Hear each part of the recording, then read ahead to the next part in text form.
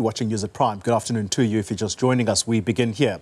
Community volunteers at Stilfontein, the abandoned mine shaft, they've halted operations to bring more illegal miners to the surface.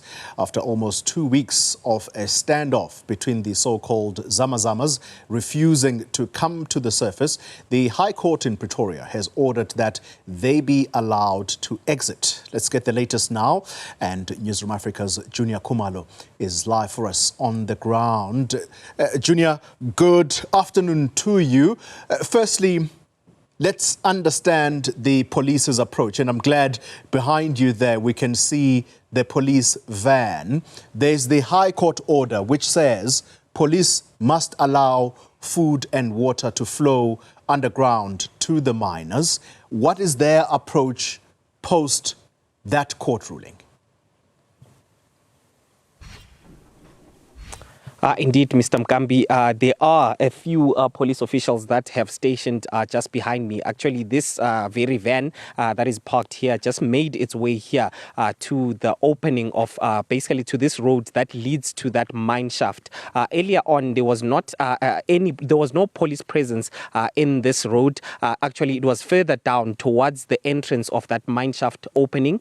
But today, the stance that has been taken by the police is basically to allow any community members that are willing to take food and water down to those miners basically are allowed to take that food into that shaft. But we haven't seen any presence of any community members or any of those volunteers that have been at the forefront of assisting with the rescue of these individuals, basically taking them out from that shaft. None of them came here today. We understand that it was a decision taken together with the community leaders that they should get a day to rest, basically because they had been working for the past few weeks in retrieving those miners that have come out. In total, there are about 1,200 almost miners that have come out. And basically, just to put it in context, just to retrieve one miner takes about an hour, and over 15 individuals pulling that rope to get this person onto the surface. So they say that they were fatigued and they were going to take today as a day to rest, and they're going to be continuing tomorrow with that process. But going back to the police and their reading of that protection order, that court judgment, they have indicated that they understand that the court has indicated that they should allow food to go down. But another part of that judgment says that they should open another exit for these miners, basically to make their way out of that shaft. But they are saying that it is not them that are supposed to do this. It's actually the Department of Mineral Resources that should be at the forefront of doing this. But we haven't gotten any response from that department or seen any of those individuals from that department, including the Minister Gwede Mantashe, making their way here. But we do have an understanding that the police actually has put together that task team that includes those mine rescue experts that are supposed to be handing over a report to the Minister of Police. Let's take a listen to what the National Police spokesperson had to say about this. So I can confirm that that particular task team convened a meeting. The decision was made that the mine and the mine rescue experts would come and conduct an assessment. That assessment will then inform the operational plan that will be presented to the ministers, and thereafter the ministers will provide a way forward. But we stand firm with our operations. We are preventing and combating criminality. We are still here. We are of the view that the court order that has been issued, it does not stop us from continuing to stamp the authority of the state, from continuing to implement our constitutional mandate as the SAPS. So, Juniour, the police's approach, quite understandable. Theirs is to prevent criminality. And I suppose in this instance that would mean preventing anyone from going back underground to conduct illegal mining. That's perfectly clear. Let's understand the sentiment on the ground.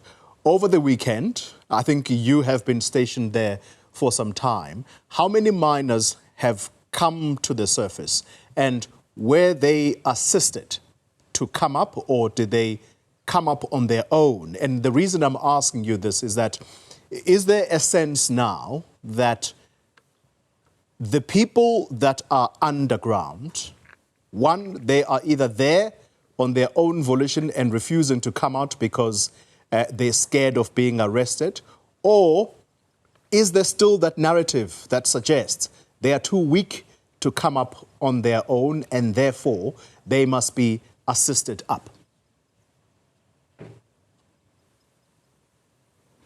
Indeed, Mr. Mgambi, between yesterday and today, 4 people had resurfaced. All 4 of them, yes, were assisted by those volunteers from the community, basically to come up. So the only opening to this shaft behind us, where most of those people are underground, is about 2.5 kilometers deep. So they need these volunteers to lower that rope. They tie that rope around themselves, and then they hold on as these men on the surface basically pull them out. So all 4 of them were assisted to come out, and the procedure has been to get those people some medical assistance as they come out. After that, then they are taken to the police station and they are processed. I think a lot of questions have been around why some of these individuals, especially those that are South African, why have they been let go by the police? But the simple answer, I guess, that we've been getting here is that these individuals have gone into a mine shaft, and the government and the police do not know who the owner per se of this mine shaft is. We did hear government saying that they were speaking to some of the individuals that claim to own this mine. So most of these individuals that have come out have not been charged with trespassing, because it has been hard to determine who owns this land exactly. So it's hard for the police then to charge those individuals that have come out, especially those that have South African documentation, with trespassing. And it's also been hard to charge them with illegal mining, because all of the individuals that have come out of this mine have not come out with any gold with them. So there is no proof that what they were doing underneath. Were they mining? Were they forced to go under there? Because some of the individuals claim that they were actually kidnapped and forced to go underneath.